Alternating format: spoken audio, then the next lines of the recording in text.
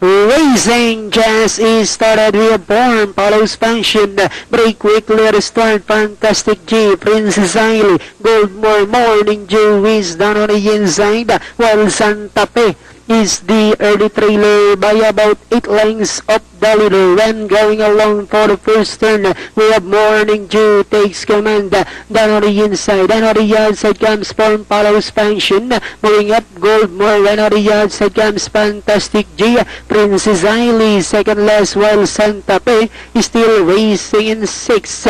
Back to the leader, we have Morning Dew, Form, follows function, moving upon the outside is Fantastic G, Goldmore comes next, Princess Ailey, Santa Fe. The lead now belongs to Form, follows function, Fantastic G now moving upon the outside, then rushing up is a Princess Ailey, Goldmore, Morning Dew, Santa Fe, last 400 meters of the race. Form, follows function, Fantastic G is on the outside, Princess Ailey still in third, and as they swing for home, Fantastic G, Form, follows function is running by the rail, fighting back.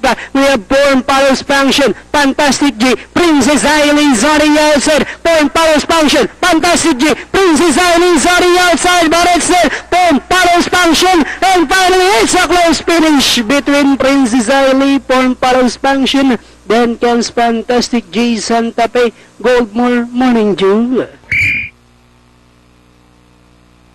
Numero 6, Princess Ailey, ang official winner dito sa race number 8 na segundo. Numero 1, Form, follows function, Fantastic G, then Santa Fe. 1 minute 25.2 for the 1300, quarters of 7.5, 25, 25.5, and finishing at 27.5.